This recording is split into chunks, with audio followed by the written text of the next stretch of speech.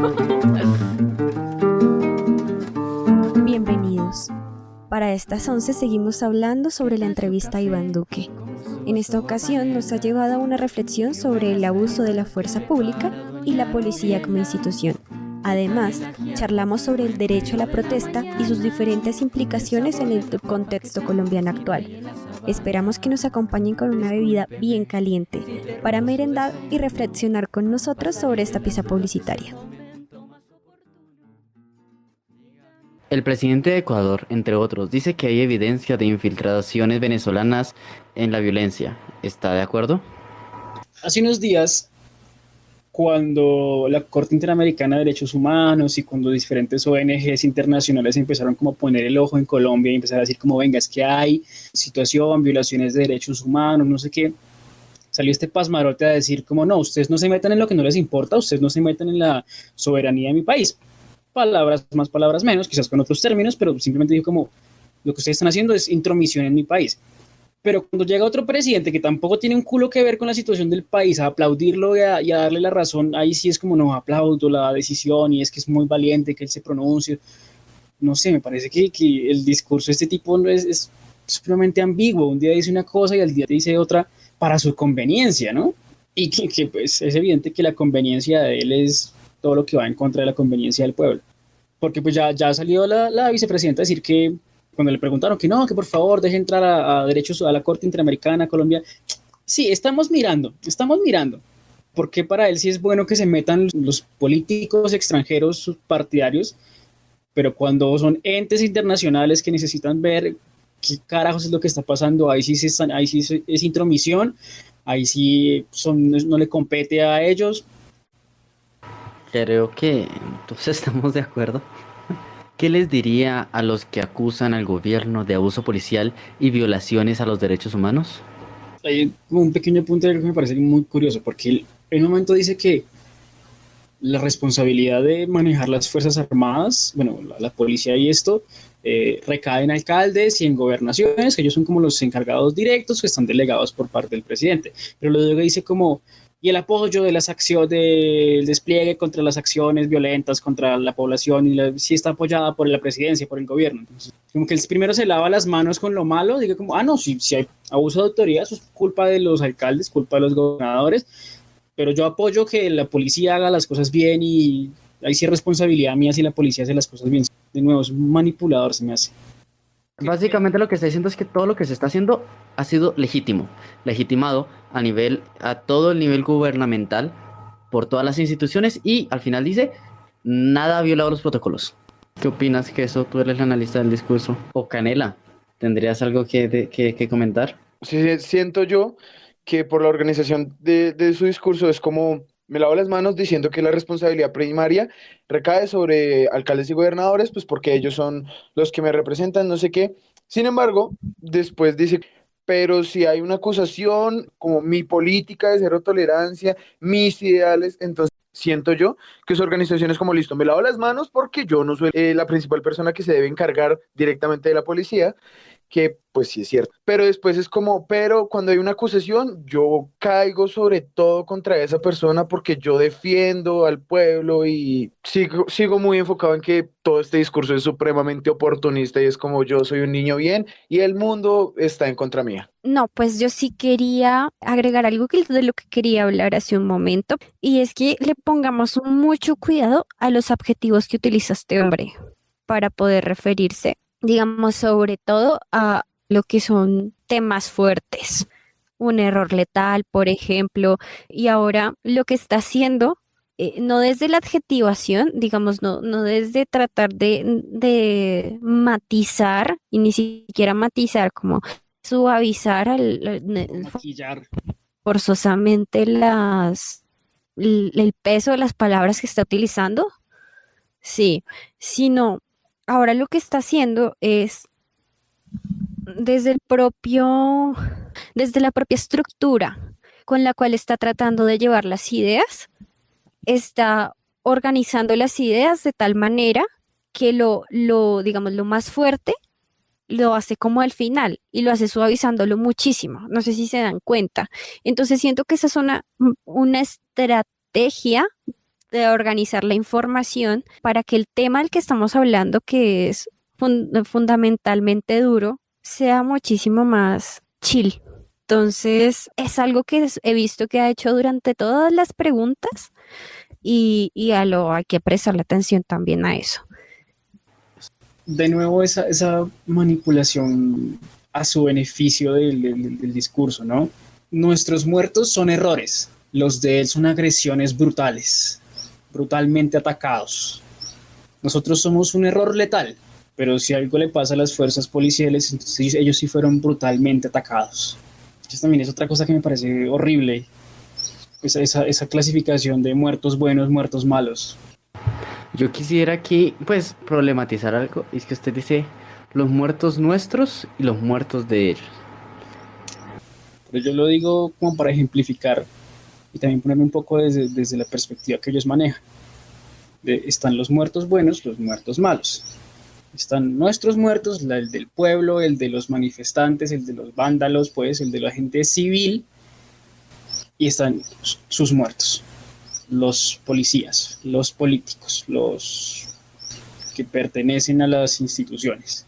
Y aquí me parece algo importante agregar que está metiendo a toda la población en un mismo saco, cuando también cabe preguntarse, ¿realmente caben en un mismo saco? Porque pues está la población que va a marchar y también está la población que incendia edificios o que se va a robarse tiendas. Y cabría preguntarse si eso es una sola población o se podría catalogar en varias poblaciones. O sea, ahí habría una otra edad. Yo clasifico desde civil, manifestante, fuerza armada uniformada. Independientemente de si era un manifestante pacífico o era una persona que estaba quemando un CAI, no necesariamente con policías adentro. Independientemente de eso, un muerto dentro de una protesta es un muerto. La sangre derramada es sangre derramada independientemente del bando de donde venga. Si lo vemos como por algo de bandos. Yo lo catalogo, para este ejemplo, catalogo desde civiles, fuerzas armadas, porque son dos entes que, si bien son el mismo pueblo, tienen condiciones bastante diferentes y hasta cierto punto se han visto enfrentados como si fueran dos bandos. A eso es a lo que voy. Bajo ninguna circunstancia pretendo decir que los policías no son ciudadanos o que, no, yo respaldo entonces solo a los gente de civil y los policías que se jodan. No, simplemente estoy diciendo que el discurso de él es: los policías son brutalmente atacados y son unas pobres víctimas, pero las víctimas de la fuerza pública, las víctimas de la policía, las víctimas del SMAT, las víctimas del Estado, ellos son un error letal provocado por nosotros mismos. Entonces, a eso es a lo que iba.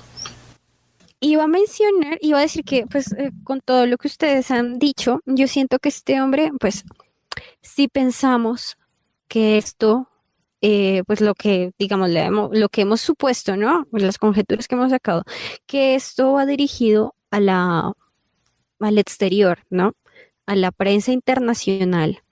Este hombre está pintando una suerte de guerra civil, pero asimismo se está echando la soga al cuello porque está queriendo decir que él podría ser parte de un Estado dictatorial que tiene en defensa de la democracia hacer uso de la fuerza contra civiles.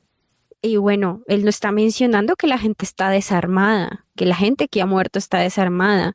Él está pintando una escena caótica, así como cuando Colombia aparece en películas gringas que tienen que esconderse porque llega la guerrilla y no sé qué más cosas, y que todo parece como si todo Colombia fuera La Guajira, algo así. Eso es lo que él está pintando. Entonces, me parece interesante la imagen y el paisaje que está queriendo construir a partir de todo lo que está diciendo y de cómo él quiere verse dentro de ese paisaje. Y me parece peligroso una persona que quiera construir un paisaje así, donde él es el salvador y donde la oposición es básicamente el diablo. Y que ahora tenemos un bando y otro. Él está hablando como si estuviéramos en una guerra. Está hablando así precisamente como lo decía Envuelto Habana, de mis muertos y los de ellos. Entonces, este hombre pues por más chiste que le hagamos, este hombre me parece potencialmente peligroso y macabro. Sí, no, este tipo tiene un discurso macabro. Y pues, a lo que yo iba era justamente a eso. Yo me estaba ahora, acogiendo un poco al propio discurso que él estaba diciendo, ¿no? Ejemplificando. Él está poniendo muertos buenos, muertos malos. Y eso en la imagen de un presidente que se supone que representa a todos los colombianos, en teoría, es escalofriante. Es una cosa o sea, que no cabe en la cabeza de nadie. Bueno, es cierto. Se supone que el presidente representa a la gente, pero aquí parece que está representando al Estado. Es decir, bien sabemos que las implicaciones de que el presidente le quite la legitimidad a las fuerzas públicas, por ejemplo, a la policía, tiene implicaciones muy grandes. Pero, pues, aquí está representando al Estado y no representando a la población, que es a la que debería representar, que es la que lo eligió. Concuerdo. Ok, se atiende a los más altos estándares del cumplimiento de su misión. ¿Cuál es, en Colombia, la misión de la policía? Sí, estaba pensando eso. Yo creo que eso va justo a lo que habíamos mencionado antes. Primero que nada, no sé bajo qué veeduría él dice, afirma que está en los más altos estándares. No sé cuáles son los estándares que él maneja. Y por otro lado, pues la misión de la policía hasta cierto punto está influenciada por lo que comentamos anteriormente, por ese pasado militar, por ese todos son mis enemigos, por eso todo hay que darles plomo. Entonces, siento que ahí es donde va un poco el conflicto y el problema que tiene la policía. Puede que como militares y como tiradores sean excelentes y tengan muy buenos estándares, pero esa es realmente la función de que debe tener la policía. Esa es la cuestión eso es lo que hay que preguntarse. Bueno, yo creo que eso va más complejo con lo que acabo de leer. Dice, el fin primordial de la Policía Nacional es el mantenimiento de la convivencia como condición necesaria para el ejercicio de los derechos y libertades públicas y para asegurar que los habitantes de Colombia convivan en paz fundamentada en el Código de Ética Policial, que eso fue sacado de Google, de policía.gov.co. Ellos tienen ética policial. Excelente pregunta. Pues, Dios. pues tienen ética policial. Es Supuestamente. curioso, porque es que este texto dice convivan en paz fundamentada en el Código de Ética Policial. O sea, nuestra paz se basa en su código de ética. Si estoy interpretando bien. Sí, pero hay que tener en cuenta que el código de la ética policial tiene que ser el mismo código de la ética fundamentado en la sociedad, lo que decía Panela el podcast pasado, en la cultura, en nuestro ideal de cultura, y eso fundamentado en la Carta Magna del país. Sí, o sea, tiene que estar bajo los estándares de la Constitución política, que también es un chiste, pero Pero es muy curioso. No, la Constitución realmente es decente, pero me sigue pareciendo muy curioso. Es como si estuviera dándole cierto privilegio a la ética policial, aunque sea la misma ética que el resto del país. Decir como no, nuestra paz está fundamentada en la ética policial, en vez de decir como la paz fundamentada en la ética, simplemente por ser ética. La cosa es que es complejo porque, mire, mantenimiento de la convivencia, es decir, hay que mantener la convivencia por medio de cuáles herramientas, de todas las herramientas o de algunas herramientas. Para el ejercicio de los derechos y libertades públicas, bueno, en la Constitución, y asegurar que los habitantes convivan en paz. Básicamente dice, el deber de la policía es mantener el orden. Y, según lo que entiendo, bajo cualquier medio necesario. Ese es el problema, que la afirmación es maquiavélica en el sentido ideológico, ¿no? Filosófico. Pues no importa cómo tengamos que hacerlo, mantengamos el orden. Muy probablemente en el código de policía existen como ciertas limitaciones, pero pues ya vimos que no es como que se lo tomen muy en serio. ¿Las protestas violentas violan los derechos fundamentales de los colombianos? Uf, por favor, ¿qué eso? ¿No quieres hablar de esta pregunta? pues un derecho fundamental mío es que me respeten la vida y si algo violenta mi vida, está violentando uno de mis derechos fundamentales. Entonces, o sea, la respuesta es claro que sí. Ahora, es que uno para para este tipo de entrevistas o cosas por el estilo, digamos, dependiendo del objetivo que tengan, por eso es lo que yo dije al principio, es como, ¿cuál carajos es la intención de esto? Porque esta pregunta está hecha para ser respondida con un sí o un no. Entonces, está súper amañado. Hay dos rutas posibles, o el sí o el no. Y pues él está obligado a decir que sí, viola los derechos fundamentales de los colombianos. Ahora hay que mirar si está hablando de las protestas o está hablando de la represión a las protestas. No, Porque las ojo, ahí protestas, dice como las mencionamos antes, protestas. Ahí es donde me por parece maquiavélico, como dice Envuelto Habana, que no son como eventos violentos en las protestas, sino las protestas eso iba a decir, violentas. ajá, exacto. Las protestas violentas, entonces uno se diría, protestas violentas, ¿a qué se refiere con protestas violentas? Y nos preguntamos, ¿han habido protestas violentas o ha habido violencia en el marco de las protestas y las manifestaciones y las marchas? ¿Qué implica? Habría que mirar qué sucede. ¿Qué implica que una protesta sea catalogada como violenta? Es decir, que la protesta haya incentivado la violencia en su mayoría, que la protesta haya tenido como premisa ser violenta, o cuál es el límite de esto de protesta violenta. Porque pues sabemos que los adjetivos tienen muchas formas de presentarse y pues aquí es como, bueno, ¿hay violencia en las protestas nacieron como violentas o se transformaron todas unánimemente al unísono en un ataque terrorista? Bueno, sí, entonces revisemos eso. Digamos que lo violento recae sobre las protestas, en este caso. Sí. Entonces, tenemos como dos sentidos, como dos rutas para interpretarlo. Está queriendo decir, como tú mencionabas antes, que las protestas son en esencia violentas porque tienen como premisa o como objetivo la violencia o que han tenido violencia. Digamos que tenemos esas dos rutas posibles de interpretación a lo que es una protesta violenta. ¿A qué se refiere él? No sé. El problema es que la pregunta, como digo antes, es para un sí o un no. ¿Y como para qué poner una pregunta así? Además, una pregunta que ya se sabe que va a ser sí. Exactamente. Vaya a ver usted si no, a la prensa internacional usted va a decir, no, no me parece para nada que la violencia vaya en contra de los derechos fundamentales de los colombianos. Que si hablamos de violencia, les recuerdo que históricamente tenemos una época llamada la época violenta, de 80 a los 90 y contando, porque no quiere decir que hayamos dejado de tener violencia acá en el país. También contextualizándolo de unas protestas que se dan en el marco de un país que históricamente se ha catalogado como violento a nivel internacional. ¿Y a quién va eso? A la prensa internacional, en conjeturas nuestras, ¿no? Porque, a ver, la lengua oficial de Colombia no es el inglés. Entonces, hay cositas que ver. Vamos a ver qué responde o cómo responde. Tengo curiosidad porque no me acuerdo. Yo diría que la pregunta realmente está muy amañada, es muy tramposa.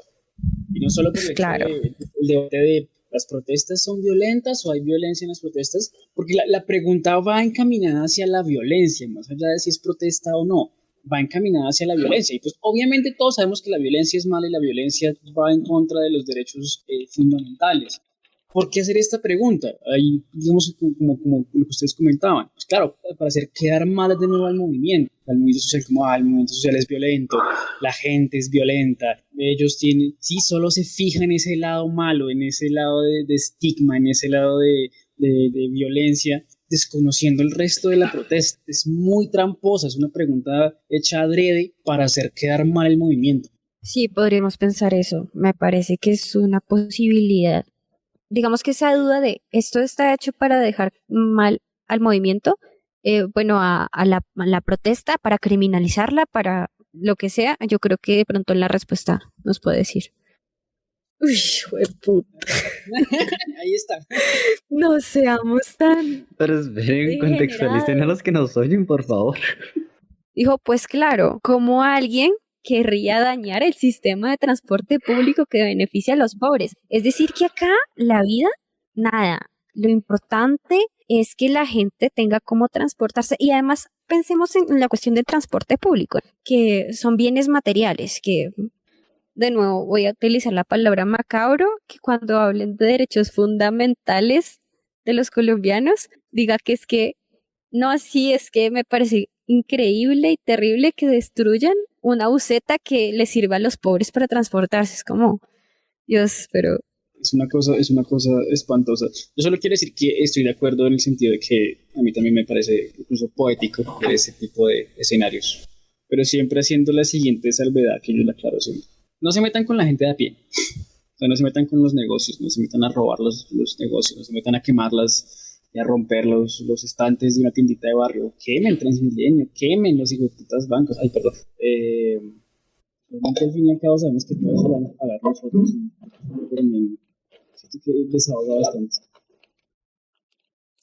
Sí, en todo caso, lo que importa acá, en lo que está diciendo, es que está hablando del transporte público y no de la gente, no está hablando de derechos fundamentales. Es cierto que yo como ciudadana tengo derecho a transportarme, pero cuando hablamos de derechos fundamentales de los colombianos, no estamos hablando de mi derecho de llegar temprano al trabajo o mi derecho de no tener que caminar 3 horas hasta mi casa, sino que estamos hablando de vida, el derecho fundamental a la vida y a un trato digno. Él está hablando del transporte que beneficia a los pobres, que no realmente no es que necesariamente beneficie a los pobres, es que beneficia a todo el mundo necesita transportarse, excepto las personas que sí tienen la capacidad económica para no tener que jamás tomar el transporte público, y esas son muy pocas, entonces no es los pobres, es mucha gente y no solamente los pobres. Entonces pues ya quería dejar eso y no sé si quieren continuar con el video. Bueno, acá se está hablando de derechos fundamentales y es alimentos, reserva de alimentos. Sí, bienestar, básicamente. Pero hay algo que me parece curioso. ¿Qué? O más adelante. Sí, es que sí me parece que hasta cierto punto un poco oportunista. Bueno, en este momento sí me preocupa la alimentación de todo mi país. Antes no. Antes los almuerzos escolares me importaban un carajo. Más adelante él menciona que por qué alguien querría que nos lleguen los insumos químicos para potabilizar el agua. Ahí sí le interesa el agua, pero como mencionaba alguien, La Guajira lleva sin agua ¿cuántos años? Y el gobierno no importa un carajo. No, que la salud, que porque alguien bloquearía no dejaría pasar una ambulancia con una persona enferma, pero no se pone a pensar por qué esa persona tiene que transportarse de un pueblo a otro y por qué esa persona no puede asistir a asistencia médica digna en el lugar donde se encuentra, en el pueblo o en el sitio donde se encuentre. Entonces eso es ser oportunista, es ser manipulador. Ahora sí me importa, pero antes no, antes yo no invierto en ellos y pues ellos verán qué hacen. Bueno, aquí siento que es complejo, no sé mucho del tema. Siento que usted está pasando A por B. Por un lado, pues, que los lugares que ya tengan abastecimiento queden desabastecidos es un tema distinto a llevar nuevo abastecimiento a lugares que no lo tienen. Por otro lado, también se podría decir que, pues, aquí es donde digo, no sé, que eso le corresponde más a los gobernadores y alcaldes que al presidente, porque pues el presidente tiene otras vainas que pensar. Y imagino repartir presupuesto para ver que se hagan por esas cosas, pero pues dinero se pierde en todos lados. Bueno, se lo roban en todos lados. Entonces ahí yo siento que son dos temas. Un poco tendría que estar entonces Sí, pero y diciendo, ay, ¿por qué bloquean las vías y desabastecimiento en la Conchinchina? Pues eso entonces también responsabilidad de los gobernadores y de los alcaldes. Él tampoco tendría por qué estar acá metiendo la cucharada, pero aún así lo hace. Y obviamente yo sé que es muy diferente decir como el desabastecimiento en lugares donde ya hay a abastecer otros lugares, pero no deja de ser profundamente oportunista. además me parece fundamental tener algo en cuenta, y es que los bloqueos son una forma legítima de protesta. Entonces, aquí hay que mirar algo. ¿Por qué continúan los bloqueos? ¿Porque a la gente se le da la gana de joder a la gente o porque no los han escuchado? ¿Sí? Uy, Entonces, una garantía para levantar los bloqueos. Bueno, es cierto, sí, hay bloqueos que están siendo aprovechados por Fuerzas Armadas o para hacer peajes ilegales, whatever.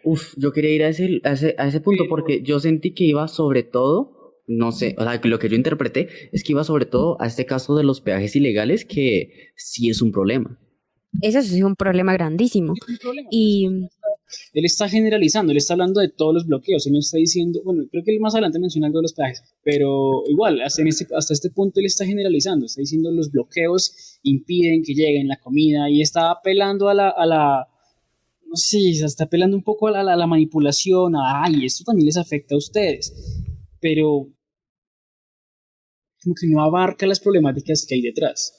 Yo voy a poner aquí un ejemplo. Mi abuela paterna vive en el Huila. Tiene que venir a Bogotá a aplicarse ciertos medicamentos para algunas enfermedades. Y pues yo llevaba mucho tiempo sin podérselos aplicar porque tenía que aplicárselos exclusivamente aquí en Bogotá. Resulta que justo le asignaron la cita para el día 28 de abril, el día que empezó, el 28-29 de abril, el día que empezó pues este paro. Ella pues al final no pudo transportarse, eso fue una cosa espantosa. Entonces que ella no ha podido aplicarse ese medicamento. Entonces claro, uno podría mirarlo desde la primera perspectiva de, vea, sigue que ella está siendo perjudicada, ella está siendo, es una víctima de los bloqueos y del paro nacional. Pero si uno mira por el otro lado, uno dice, bueno, ¿por qué ella tiene que trasladarse hasta Bogotá para que le apliquen un medicamento? ¿Por qué la EPS no le hace un traslado a otra ciudad? ¿Por qué la EPS le reprograma las citas para dentro de 6 meses cuando ya se le han perdido cuando ya los exámenes se vencieron, ya no tienen validez? Entonces uno tiene que entrar un poco a analizar los dos lados de la historia y entrar a entender un poco lo que hay detrás. Que sí, por supuesto, ya en este momento está siendo perjudicada, pero es que ya desde antes ya estaba siendo perjudicada porque ella constantemente tenía que venir aquí a Bogotá y gastar mucha plata para aplicarse un medicamento porque no hay un sistema de salud que la cubra en el sitio donde ella está y lo más cerca que le queda es Bogotá. Entonces, eso es una cuestión a analizar y quedarse en la manipulación de, miren, hay desabastecimiento en tal ciudad, de, miren, esta ambulancia no pudo pasar. ¿Por qué no pudo pasar? Porque este pueblo no tiene una sostenibilidad alimentaria, yo qué sé. Sí, yo iba a lo de es que, a ver, que haya caos y colapso es la idea de los bloqueos, ¿bien? Que haya gente afectada es la idea de los bloqueos, porque esa es la forma de protesta que se tiene para llamar la atención del Estado en este caso. Ahora, es cierto que hay que tener en cuenta que si los bloqueos se prolongan demasiado, las afectaciones a largo plazo van a ser peores, pero eso es algo que el Estado también tiene que tener en cuenta. Si lo que quieren es dejar que los bloqueos sigan para que después el villano de la historia sea el que está haciendo el bloqueo, pues es una estrategia inteligente por parte del Estado para su beneficio, porque igual obliga de alguna manera a las personas que están haciendo el bloqueo a decir como, oigan, nos están perjudicando. Pero también hay que tener en cuenta que con estos bloqueos, los de la ciudad nos damos cuenta que autonomía alimentaria no tenemos. Nosotros necesitamos del campo. Y ahora la gente que siempre, incluso con bloqueos, ha tenido siempre que comer, ahora está diciendo como no, sí, por favor, levanten los bloqueos. Es que esa es la idea. Yo creo que el Estado tiene en este caso el presidente tiene la responsabilidad de sentarse a hablar con la gente cuando este tipo de cosas pasan, porque las protestas son para eso. Es complejo, es que la situación es compleja. Esto no es blanco ni negro, no, porque sí nos va a afectar a todos y digamos esto de los bebés que han muerto en ambulancias y demás, que tiene sus cositas y sus matices, es la forma en la que la gente tiene para ser escuchada y la asesinan y la criminalizan. Entonces, pues no sé, siento que si un bloqueo continúa por más de un mes es porque el Estado no quería escuchar y se supone que debería. Entonces, no, o volvemos el villano a las personas que están haciendo los bloqueos, a las personas que están haciendo su derecho a la legítima protesta, que es cierto que el derecho a la alimentación y el bienestar de las demás personas, que también son derechos fundamentales, pero es complejo. O sea, o nos hacemos escuchar o nos hacemos escuchar, ¿sí? O dejamos que nos maten o seguimos buscamos la manera de también que nos escuchen de que nos están matando. Bien, entonces, pues no sé, quería dejar eso ahí. Hasta aquí esta parte del análisis. Agradecemos a nuestros oyentes por acompañarnos. Les recuerdo que pueden seguirnos en Twitter como @con_aguapanela y en Instagram como Podcast de Panela. Los esperamos en nuestras siguientes onces. Y echamos lengua.